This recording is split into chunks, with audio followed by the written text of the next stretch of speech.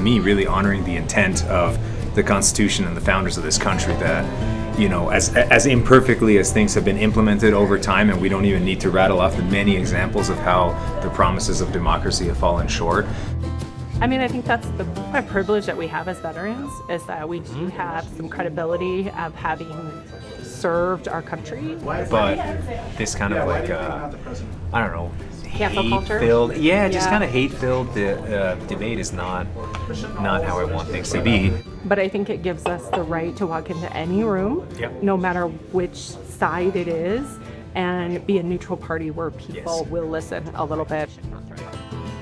One thing that everyone learns in the military and takes with them is that sort of can-do attitude. Like, there's a problem, let's fix it. There's an issue, let's address it.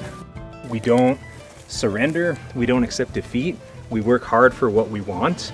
And I think that, you know, importantly should include in the realm of politics, especially when it comes to things that are meant to safeguard our constitutional freedoms, like the right to vote.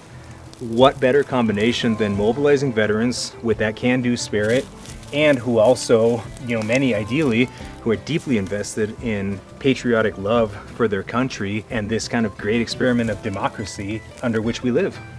We were really concerned about the direction of our country. We were concerned about polarization.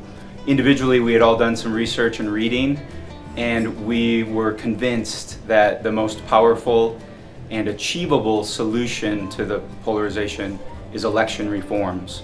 This came up, and I felt that it was the time. It was something that I deeply believe in, and because it addressed systems change, it was something that I felt was worthwhile. Another one of our core values is that we choose to operate above the partisan fray, and that's super important. We're almost an equal mix of Republicans, Democrats, and independents. Eric Bronner, the co-founder of Veterans for All Voters, was here, and I finally got to meet him in person. Based on the Constitution, Congress has the power to regulate their own elections.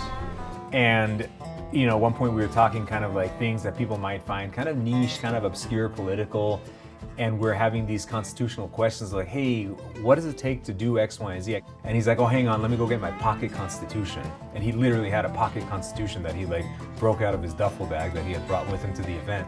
And I was just thinking to myself later, I was like, you know, like anyone who carries a pocket constitution, especially when they were also in the military, like that's someone who takes their patriotism seriously. The quote from our last third-party president, Abraham Lincoln, said, "Let us have faith that right makes might." And I love it, just like the philosophy, the politics, the civics, the military. And in that faith, let us, until the end, dare to do our duty as we understand it. Very energizing to be around a group of people that feel that way. Everyone in this room is doing your duty as you understand it, and we are going to help save our republic. So thank you very, very much. Hear, hear. Cheers. Cheers. I feel like I found a good community in which I can proudly say I belong in. Cheers to the film crew. Yeah.